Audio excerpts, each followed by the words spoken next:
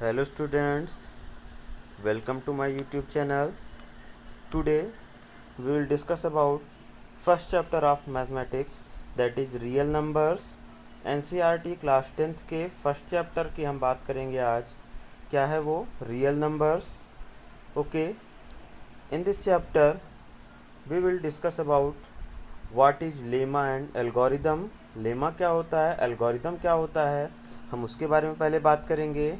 After this we will discuss about Euclid's division lemma. Okay, Euclid's division lemma क्या चीज़ है, इसके बारे में बात करेंगे, उन्होंने क्या बताया है. After this we will discuss about Euclid's division algorithm for finding HCF of two positive integers. Okay, two positive integers का HCF कैसे हम यूक्लिड डिवीजन एल्गोरिदम का यूज करते हुए हम फाइंड करेंगे, इस पर भी हम डिस्कशन करेंगे. साथ ही साथ हम प्रयास करेंगे कि फंडामेंटल थ्योरम ऑफ अरिथमेटिक भी इसी वीडियो में कंप्लीट कर सकें. चलिए स्टार्ट करते हैं. सबसे पहले हम बात कर लें लेमा की. लेमा क्या होता है? A lemma is a proven statement. Lemma क्या होता है? प्रूवन स्टेटमेंट होता है, used for proving another statement. Okay, lemma क्या होता है? एक प्रूवन स्टेटमेंट होता है जिसे हम यूज करते हैं अनदर स्टेटमेंट को प्रूव करने के लिए. ठीक है, जैसे हम नॉर्मली डिवीज़न करते हैं. जैसे मैं दो नंबर्स ले लूँ, मैंने ले लिया 17 एंड 5. ठीक है, दो नंबर्स ले लिया और 5 से हम डिवाइड करते हैं 17 को. ओके, 5 से हम डिवाइड करते हैं 17 को, 3 टाइम्स जाता है, 5 3 ज़ा 15 एंड रिमाइंडर हमको क्या मिल जाता है? 2. This is our remainder. Okay, and this is our quotient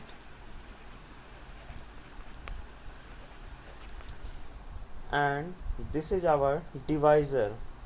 क्या है ये? हमारा डिवाइज़र है. ओके, हमने ये डिवीज़न की प्रोसेस की है. ठीक है, तो इस तरह से कई सारी प्रोसेस करने के बाद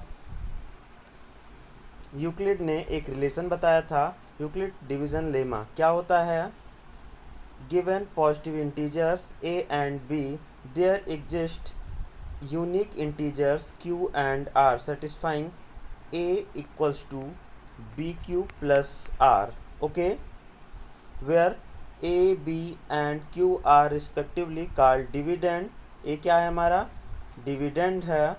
ओके, b क्या है? हमारा डिवाइज़र है. q क्या है? कोशेंट है. एंड r क्या है? हमारा रिमाइंडर है. ओके, चलिए हम देखते हैं कि इन्होंने क्या कहा है. ठीक है, तो यूक्लिड डिवीज़न लेमा में इन्होंने पहले क्या किया? नॉर्मली डिवीज़न किया. जैसे हमने दो नंबर ले लिए, इन्होंने कहा था a एंड b, दो नंबर ले लिया था. ठीक है, और उनके लिए एक रिलेशन बताया था a equal to b q plus r. क्या बताया था? a equals to b q plus r. ठीक है, तो इस रिलेशन को इन्होंने कैसे फाइंड किया था उसके बारे में बात कर लें. तो जैसे हम दो नंबर ले लें. अच्छा, एक बात तो और मिस हो गई. क्या है बेटा? r is always less than b. Okay, r की वैल्यू 0 भी हो सकती है, 0 से ज़्यादा भी हो सकती है और इक्वल भी हो सकती है. ठीक है, a equals to b q plus r, where r is greater or equal than 0 and always less than b. Okay, चलिए हम एक डिवीज़न की प्रोसेस करते हैं. हमने दो नंबर ले लिए. पहला ले लिया 15 और दूसरा नंबर हमने ले लिया 4. ठीक है, a equals to 15 and b equals to 4. ठीक है, इन दोनों को रिलेट किया है. यूक्लिड ने क्या बताया इन दोनों के बीच रिलेशन? 4 से डिवाइड अगर हम करते हैं 15 को, तो 4 3 ज़ा 12, remainder is 3. Okay, this is our quotient and this is remainder. ठीक है, तो हम इसको क्या लिख सकते हैं, 15 इक्वल्स टू 4 इंटू 3 प्लस 3। ठीक है, ये वही फॉर्म है a equals to b q plus r. Okay, इस बेसिस पर यूक्लिड ने रिलेशन दिया था। ठीक है, जिसे हम क्या बोलते हैं, यूक्लिड डिवीज़न लेमा। फिर से हम देखते हैं यूक्लिड डिवीज़न लेमा क्या कहता है, given positive integers a and b there exist unique integers q and r satisfying a equals to b q पर plus r। Okay, and r is greater or equal than 0 and always less than b। Okay, ठीक है, इस process को करते हुए उन्होंने जो है एक एल्गोरिदम दी थी। एल्गोरिदम क्या होती है बेटा, सीरीज ऑफ स्टेप्स। ठीक है, एल्गोरिदम क्या होती है, सीरीज ऑफ स्टेप्स। ठीक है, जिससे कि हम प्रोसीजर फाइंड करते हैं किसी प्रॉब्लम को सॉल्व करने के लिए। ठीक है, तो यूक्लिड डिवीजन एल्गोरिदम क्या कहती है, to obtain HCF of two positive integers से a and b we follow the steps. First step में हम क्या करते हैं, यूक्लिड डिवीजन लेमा को अप्लाई करते हैं a और b के लिए, तो हमको दो नंबर्स मिल जाते हैं, टू होल नंबर्स मिल जाते हैं q and r, such that a equals to b q plus r, where r is equal or greater than 0 and less than b। ठीक है, इफ़ r इक्वल्स टू 0 आता है then b is the HCF of a and b. Okay, if r is not equal to 0 then apply division lemma to b and r. Okay, and third step में हम यही process continue करते हैं जब तक कि रिमाइंडर हमको 0 नहीं मिल जाता है। ठीक है, जैसे कि हम एक एग्जाम्पल के साथ इसको सॉल्व करने का, इस डिवीज़न एल्गोरिदम को समझने का प्रयास करते हैं। दो नंबर्स थे 135 एंड दूसरा था 225। ओके, इन दोनों का हमको कैलकुलेट करना था HCF। HCF means highest common factor using Euclid division algorithm. Okay, तो एट फर्स्ट हम क्या करते हैं, उनका डिवीजन एल्गोरिथम क्या कहता है, a equal to b q plus r. ठीक है, तो हम क्या करते हैं, 225 को डिवाइड करते हैं किससे, 135 से। किससे डिवाइड करते हैं, 135 से। ठीक है, देखिए क्या मिलता है हमको, 135 की टेबल 1 टाइम्स हम पढ़ेंगे तो आ जाएगा 135। ओके, यहाँ पर कंप्लीटली डिविजिबल नहीं है।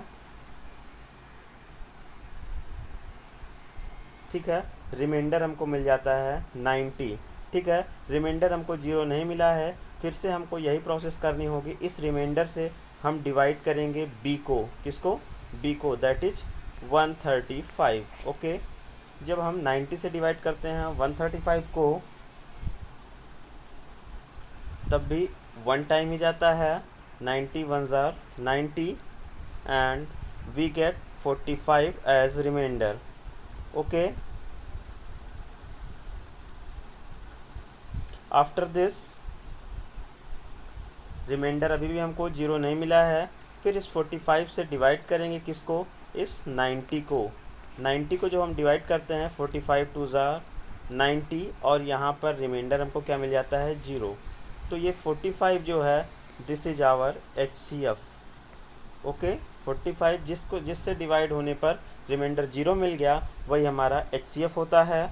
चलिए इसको यूक्लिड्स डिवीजन एल्गोरिदम में लिखते हैं। ओके,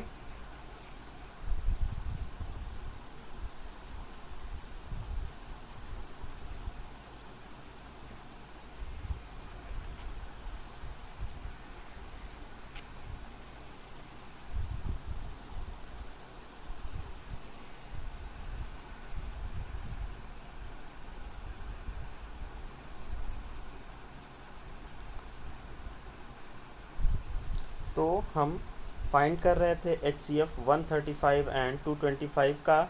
सबसे पहले इनको A equals to BQ plus R वाले स्टेप में लिखते हैं। तो हमको क्या मिलता है, देखिएगा 225 equals to 135 into 1 plus 135 into 1 plus 90, remainder is not 0, so we apply division algorithm again on 135 and 90. 135 equals to 90 into 1 plus 45, again remainder is not 0, so we again apply this division algorithm to 90 and 45.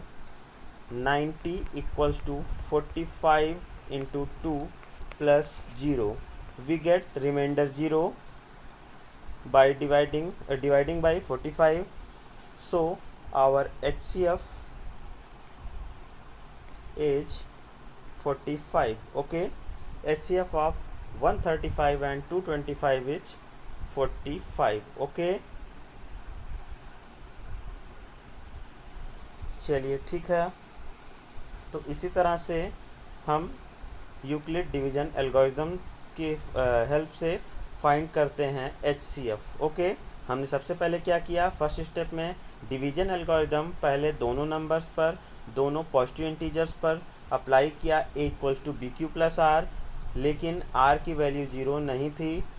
ठीक है, R की वैल्यू 0 नहीं थी, तो second step में हमने division lemma फिर से B और R पर अप्लाई किया। ठीक है, एंड लास्ट स्टेप, इस स्टेप को तब तक हम कंटिन्यू करते रहेंगे जब तक कि हमको रिमाइंडर 0 नहीं मिलेगा। ठीक है, आई होप कि आपको समझ में आया होगा। ठीक है, अच्छा लगे तो वीडियो को लाइक कर दीजिएगा, अपने फ्रेंड्स के साथ शेयर कर दीजिएगा। Thank you.